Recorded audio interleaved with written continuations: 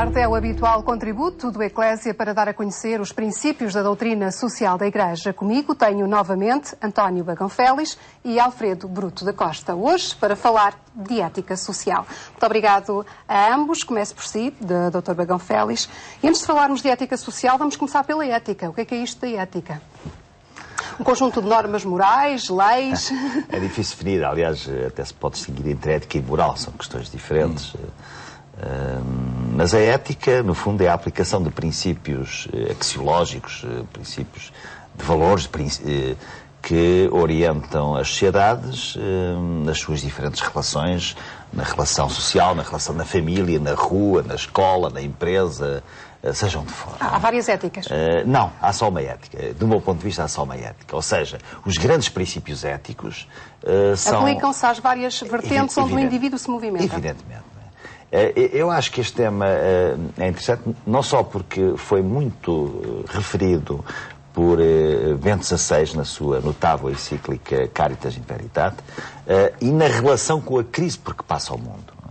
Verdadeiramente, do meu ponto de vista, e não só, mas eu pessoalmente estou convicto disso, que a crise por que vem passando o mundo, e também Portugal, acrescente-se, pode ser explicada pelos economistas, por estas, por aquelas razões, pelos sociólogos. Toda a gente pode ter as suas explicações que eu chamo paramétricas. Taxas de juros, massa monetária, essas coisas que nos invadem todos os dias as televisões e os jornais. Mas eu acho que a grande questão desta crise, a grande causa é, sobretudo, de ética, ou da ausência dela, não é? Desde logo, a diluição da fronteira entre o bem e o mal. Quando há uma erosão da fronteira entre o bem e o mal, quando as pessoas acham que entre o bem e o mal há um conjunto de atos que se podia chamar eticamente indiferentes, não há atos eticamente indiferentes. Alguma coisa está mal. Em segundo lugar, porque, e termino com esta introdução com este ponto que me parece muito importante, é que muitas pessoas pensam que, cumprindo a lei, estão a ser éticos. Bem, evidentemente, cumprir a lei, na maior parte dos casos, nem sempre, é, de facto, ser ético, mas não é suficiente. Isto é, a lei é o patamar mínimo da ética. Repara bem, não há nenhuma lei que proíba a ganância. Não há nenhuma lei que proíba a desonestidade, ou poucas. Poucas leis há que proíbam a mentira, que proíbam a malvadez, a deslealdade, etc. Assim como, ao contrário, não há nenhuma lei que obrigue as pessoas a serem amigas, leais, fraternas, solidárias, cumpridoras, etc. Ou seja, as grandes questões do comportamento humano, seja na empresa, na rua, na família, na sociedade, no Estado, não estão plasmadas na lei. E é aí, fundamentalmente, que se joga a grande questão dos dias de hoje. Se reparar bem, de todas as questões que nós vemos, tem sempre subjacente uma falha ou um fracasso ético indiscutível. Professor Alfredo Bruto da Costa, podemos ser cidadãos juridicamente corretos, mas sermos imorais, não sermos éticos. O fariseu era justamente isso. Inclusivamente, é perfeitamente corrente usar-se a expressão isto é legal, mas não é legítimo. Legítimo, exatamente. Legítimo do ponto de vista ético, não é? E esta distinção é muito importante na perspectiva cristã.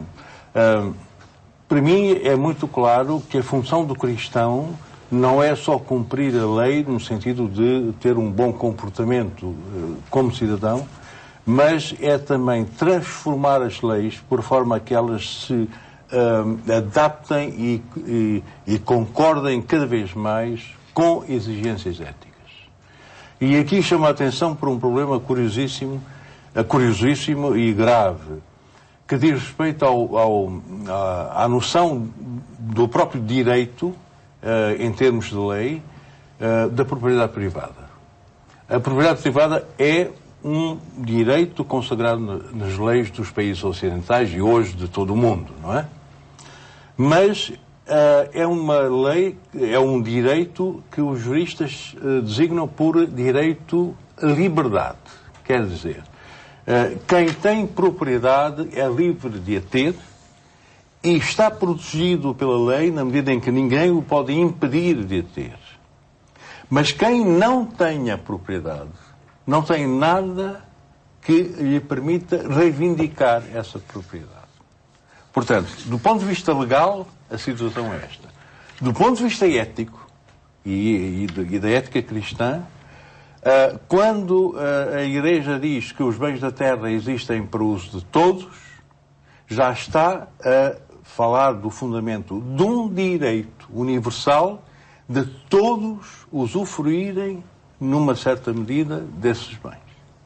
E, portanto, o direito de propriedade não é só um direito liberdade, mas é um direito reivindicável. Portanto, está aqui um caso muito concreto e importante em que os cristãos têm de tender a fazer com que as leis não só permitam a propriedade como um direito de liberdade, mas também como um direito reivindicável. E nós, na prática, já temos, por exemplo, na Europa, alguns exemplos disso. Os países que adotam o chamado rendimento básico, não é mínimo, é o rendimento básico, é um rendimento que abrange toda a sociedade, ricos e pobres. Isto já é uma noção de que a todos